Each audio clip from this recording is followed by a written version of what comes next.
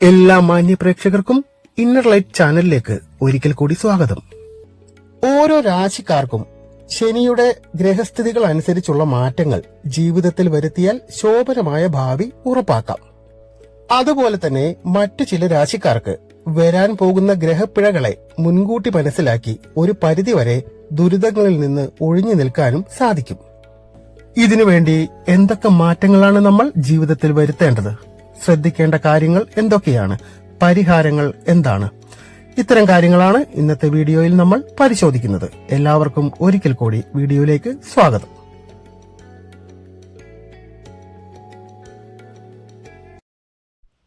ധനുക്കൂറിൽ ഉൾപ്പെട്ട നക്ഷത്രക്കാർക്ക് 2025 മാർച്ച് 29 ശേഷം നിങ്ങളുടെ 4ാം ഭാവത്തിലേക്കാണ് ശനി സംക്രമിക്കുന്നത്. ഈ മാറ്റം വീട്, കുടുംബജീവിതം എന്നിവയിലേക്ക് നിങ്ങളുടെ ശ്രദ്ധയെ കൂടുതലായി കൊണ്ടുവരാൻ സഹായിക്കും. കൂടുതൽ ഉത്തരവാദിത്തങ്ങൾ ഏറ്റെടുക്കാൻ നിങ്ങൾ തയ്യാറാകും. വീട് പുതുക്കി പണിയാനോ പുതിയ വീടും സ്ഥലവും വാങ്ങാനുമൊക്കെ സാധ്യതയുള്ള സമയമാണിത്. ബന്ധുക്കൾ, സുഹൃത്തുക്കൾ, അയൽവാസികൾ എന്നിങ്ങനെ പലരുമായും ആശയവിനിമയത്തിലെ പോരായ്മ കൊണ്ടുണ്ടായ പല പ്രശ്നങ്ങളും ഈ കാലഘട്ടത്തിൽ രമ്യമായി പരിഹരിക്കപ്പെടും. 3ാം ഭാവാധിപൻ എന്ന നിലയിൽ കുടുംബ ബാധ്യതകളുമായി ബന്ധപ്പെട്ട മാനസിക സമ്മർദ്ദവും ഈ കാലയളവിൽ നിങ്ങൾക്ക് അനുഭവിക്കേണ്ടി വന്നേക്കാം. പ്രത്യേകിച്ച് നിങ്ങളുടെ ജീവിത സാഹചര്യങ്ങൾ മെച്ചപ്പെടുത്താൻ ആവശ്യമായ പുനർവിചിന്തനങ്ങളൊക്കെ നിങ്ങൾ നടത്തും. വിവാഹ ജീവിതം ആഗ്രഹിക്കുന്നവർക്കും പ്രണയിക്കുന്നവർക്കും അനുകൂലമായ സമയമാണിത്. നിങ്ങളുടെ 4ാമത്തെ ഭാവത്തിൽ നിന്ന് ശനിക്ക് നിങ്ങളുടെ 6ാമത്തെയും 10ാമത്തെയും 1ാമത്തെയും ഭാവത്തിലേക്ക് ദൃഷ്ടികളുണ്ട്. 6ാം ഭാവത്തിലേക്കുള്ള ശനിയുടെ ദൃഷ്ടി നിങ്ങൾക്ക് വർദ്ധിച്ച ജോലിഭാരം നൽകും. പല കാര്യങ്ങളും ചെയ്തു തീർക്കാൻ വേണ്ടത്ര സമയം നിങ്ങൾക്ക് കിട്ടിയില്ല എന്ന് വരാം. ഇത് മാനസിക സമ്മർദ്ദങ്ങൾക്ക് കാരണമാകാം. ഈ സമയത്ത് പുതിയ വസ്തുവിനോ വാഹനത്തിനോ വേണ്ടി വായ്പകൾ വാങ്ങുന്നത് ആലോചിക്കാവുന്നതാണ്. ശനിയുടെ 10ാം ഭാവത്തിലേക്കുള്ള ദൃഷ്ടി മൂലം നിങ്ങളുടെ തൊഴിൽ ജീവിതത്തിൽ നിങ്ങൾ കഠിനാധ്വാനം ചെയ്താലും അച്ചടക്കം പുലർത്തിയാലും അധികാരികളുമായുള്ള ബന്ധം വഷളാവാനുള്ള സാധ്യതയുണ്ട്. ഈ കാലഘട്ടത്തിൽ ജോലി മാറുന്നതിനെക്കുറിച്ചൊക്കെ നിങ്ങൾ കാര്യമായി തന്നെ ചിന്തിച്ചേക്കാം. 1ാം ഭാവത്തിലേക്കുള്ള ശനിയുടെ ദൃഷ്ടി അച്ചടക്കവും പക്വതയും കൊണ്ടുവരും. ഇത് ജീവിതത്തെ കൂടുതൽ ഉത്തരവാദിത്ത ബോധത്തോടുകൂടി സമീപിക്കാൻ നിങ്ങളെ പ്രേരിപ്പിക്കും.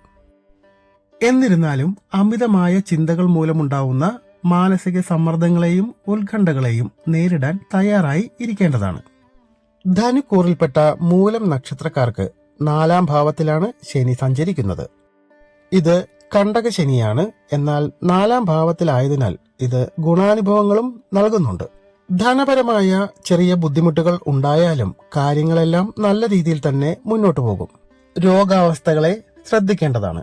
പൂരാടം നക്ഷത്രക്കാർക്കും കണ്ടക ശനി ആയതിനാൽ അല്പം കൂടുതൽ പ്രയാസം ഈ സമയം അനുഭവിക്കേണ്ടി വരും. പല രീതിയിൽ ധനനഷ്ടമൊക്കെ സംഭവിക്കാനുള്ള സാധ്യതകളുണ്ട്. ഉത്രാടം നക്ഷത്രക്കാർക്കും കണ്ടക ശനി തന്നെയാണ്. ജോലി മാറ്റം, സ്ഥലം മാറ്റം എന്നിവയ്ക്കൊക്കെ സാധ്യതയുണ്ട്. എന്നാൽ എല്ലാ കാര്യങ്ങളും അല്പം ശ്രദ്ധയോടുകൂടി വേണം കൈകാര്യം ചെയ്യാനായിട്ട്. സാമ്പത്തിക തട്ടിപ്പുകൾക്ക് ഇരയാവാനുള്ള സാധ്യത കൂടുതലാണ്. ശനി 4ാം ഭാവത്തിൽ നിൽക്കുന്ന ഈ കാലഘട്ടത്തിൽ ധനുരാശിക്കാർ സ്വീകരിക്കേണ്ട മുൻകരുതലുകൾ, പ്രതിവിധികൾ എന്തൊക്കെയാണെന്ന് പറയാം. കുടുംബ ഉത്തരവാദിത്തങ്ങൾ വിവേകത്തോടുകൂടി കൈകാര്യം ചെയ്യുക. ഒരേ സമയം പല കാര്യങ്ങൾ ഏറ്റെടുക്കാതെ ഇരിക്കുക. ശനി 3ൽ നിന്നിരുന്ന കഴിഞ്ഞ കാലഘട്ടത്തിൽ ബന്ധുക്കൾ, അയൽവാസികൾ, സുഹൃത്തുക്കൾ എന്നിവരുമായുള്ള ബന്ധത്തിൽ പല പ്രശ്നങ്ങളും ഉണ്ടായേക്കാം. അതിനാൽ ആശയവിനിമയം മെച്ചപ്പെടുത്താൻ ശ്രമിക്കുക.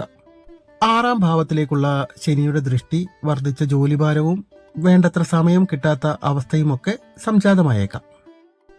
ഇതുമൂലമുണ്ടാകുന്ന മാനസിക സമ്മർദ്ദങ്ങൾ സ്വന്തം ശരീരത്തിനെയും മനസ്സിനെയും ബാധിക്കാതെ ഇരിക്കാൻ വേണ്ടത്ര വിശ്രമം നൽകാൻ ശ്രമിക്കണം. യോഗയൊക്കെ പരിശീലിക്കുന്നത് ഉത്തമമായിരിക്കും.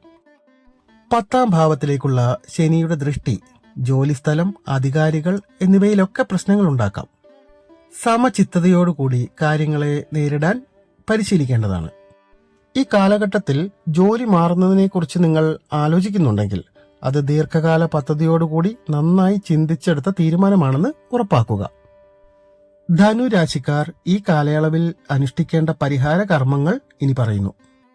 രാവിലെ കുളി കഴിഞ്ഞ് സൂര്യന് ജലം സമർപ്പിക്കുക. ശനി ബീജമന്ത്രം, വ്യാഴ ബീജമന്ത്രമൊക്കെ പരമാവധി ജപിക്കുക. ക്ഷേത്ര ദർശനങ്ങൾ നടത്തുക. അവരവരുടെ കഴിവിനനുസരിച്ച് ദാനധർമാദികളൊക്കെ ചെയ്യുക. നന്ദി, നമസ്കാരം.